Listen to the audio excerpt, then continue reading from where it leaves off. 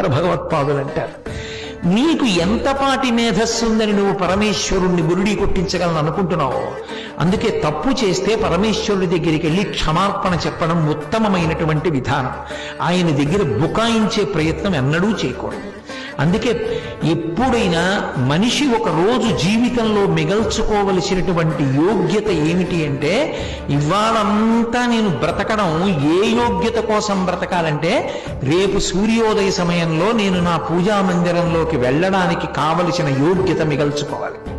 నేను పూజామందిరం తలుపు తెరిచి నమస్కారం చేసి లోపలికి వెడితే పరమేశ్వరుడు తన పాదములు నా చేత కడిగించుకోవడానికి సిద్ధపడేటట్టుగా బ్రతకాలి. నిన్నను నువ్వు ఏం చేశావు? ఇవాళ నాకు నమస్కారం పెట్టడానికి వచ్చావా? నీ బ్రతుకు నాకు తెలియదు అనుకుంటున్నావా? నీ పూజ నీ పుచ్చుకుంటానా అన్నాడు అనుకోండి, ఏమైపోయినట్టు నా బతుకు? ఎందుకు ఆ బతుకు ఇంకా? అందుకే ఒక రోజు బ్రతుకు దేనికి అంటే మరునాడు పూజామందిర ప్రవేశానికి యోగ్యత. నేను గడప దాటడానికే సిగ్గుపడి లెంపలేసుకోవలసి వచ్చిందనుకోండి, కనీసం రెండో రోజు అలా బతకూడదు.